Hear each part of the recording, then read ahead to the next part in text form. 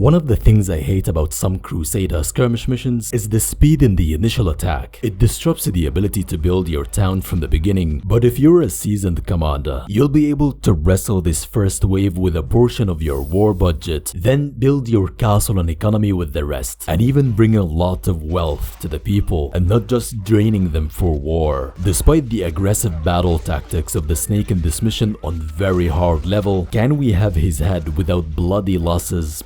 Welcome to the Siege of Edessa in Stronghold.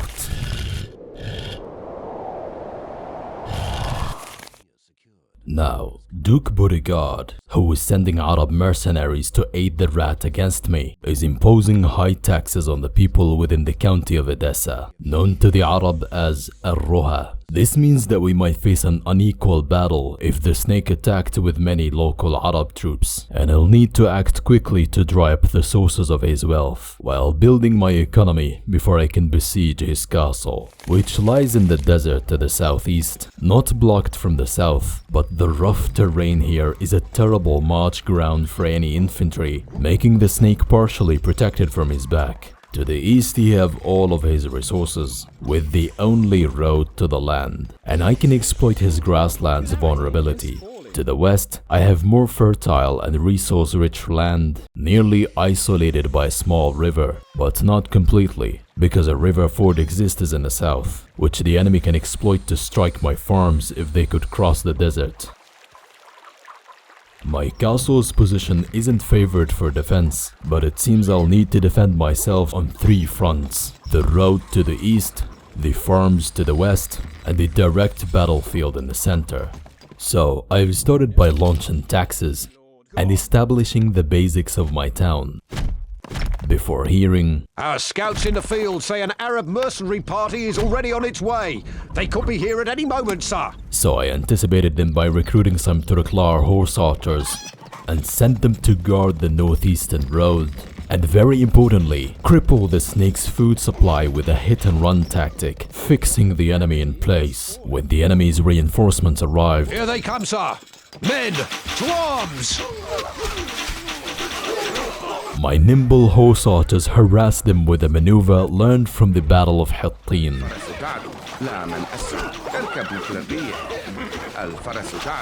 Now, because I am merely defenseless at this very early stage, "War never, men! Attack!" I relied on my light cavalry to take down the unarmed enemy infantry after raising some garrison on the keep. We've lost some riders before charging the enemy and retreating again. We survived this first attack, but actually the snake outsmarted me, because while I'm fully focused on defending my land and leading my horsemen, he sacrificed his mercenaries to buy time to build his castle, and an immoral leader like this will never win in the long term. "Rattle the snake, sir!"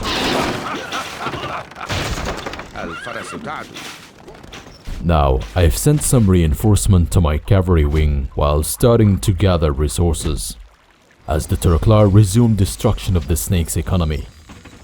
However, this catapult will cause trouble for my buildings, so I've been forced to purchase some stone to build the necessary fortification that will repel the upcoming attack. Let's face it, you've lost. With a long-range tower ballista that can shoot any siege engines my archers can't reach.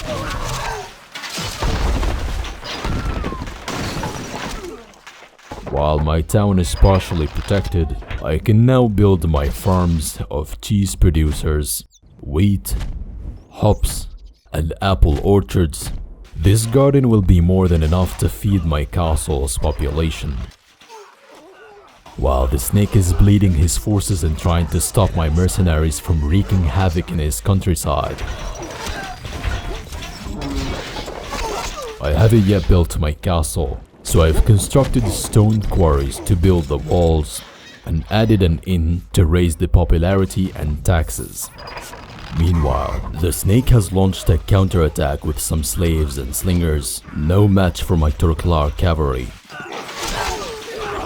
because his granary is terribly suffering from my raids, and his people are terrified. while goods and food are flowing into my stocks. Perhaps the snake's lack of resources is what kept him powerless from harming my farms, and I gave the people more rations when I had surplus food. Our granary stocks are growing, sire. Extra rations.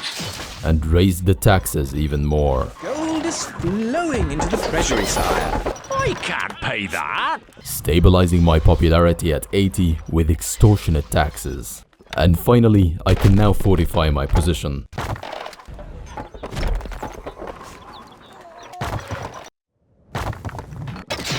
And also built weapon crafting workshops.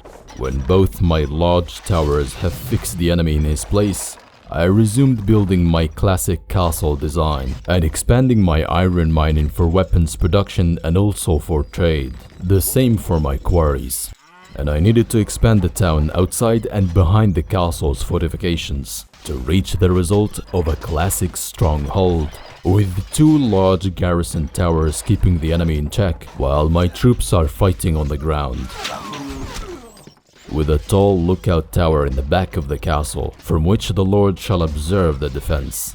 My position secures my supply lines, while damaging the enemies. And I've set my trade deals to sell all extra production, while training more units.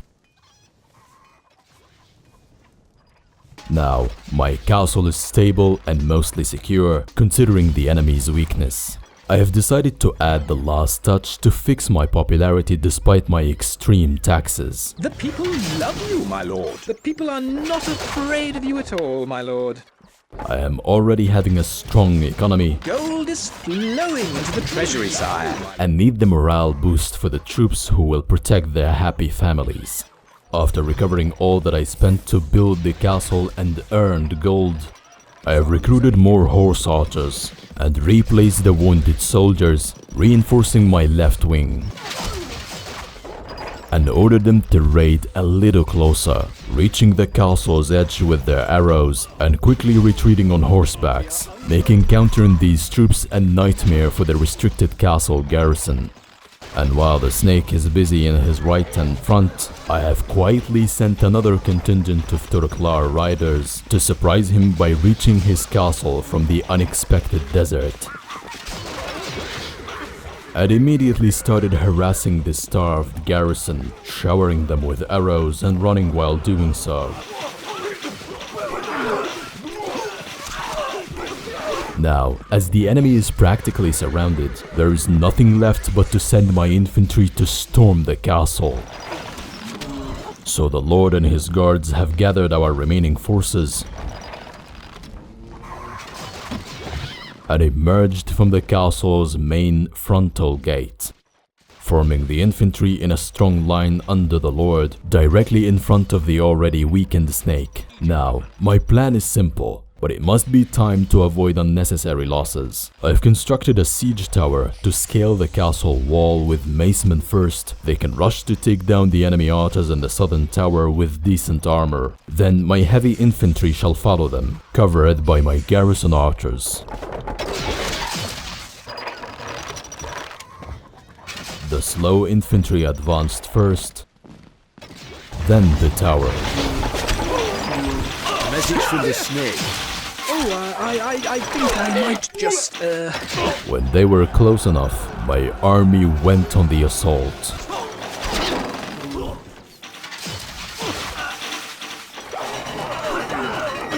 The bridge dropped on the wall, and my macemen rushed as planned, taking little damage on their armors, and quickly cleared the last dangerous tower with no loss.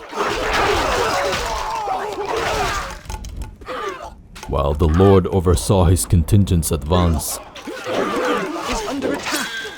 and the enemy archers on the keep were busy fighting my garrison, who covered our advance to the snake.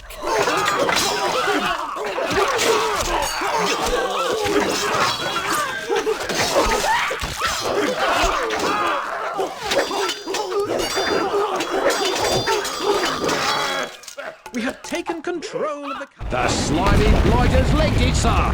He's left his general in charge of the castle. And that was a victory with so few casualties.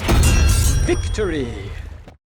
Thank you for reaching this far, and let's read and discuss comments from the previous skirmish video, Battle of Armenia. Gamerboy says, in my days, we used to make 1,000,000 horse archers and a reasonable assassin to kill the rat. Horse archer spam was probably the first war tactic I learned from my cousin in the original Stronghold Crusader more than a decade ago. I think that's why the studio has weakened them in the later titles, like in Stronghold 2, they cannot defend themselves if caught in a melee. In Crusader 2, they were terribly weak, with very short range and little damage power, rendering the horse archers in Crusader 2 nearly useless. In Warlords, the Marol horse archers were better, but I think even weaker than in Stronghold 2, if not equal at least. A user named CMD System Reset says, I just watched Stronghold 4 trailer. Do an analysis of it. It might boom. I was disappointed but not shocked when I saw Stronghold 4 with the same primitive building mechanics of the 8 directions for the walls and 4 for the buildings, which was good at the early 2000s primitive technology, but I just saw an improvement in the graphics only, which is not the #1 priority for castle building enthusiasts. A more exciting trailer was Above Village and Town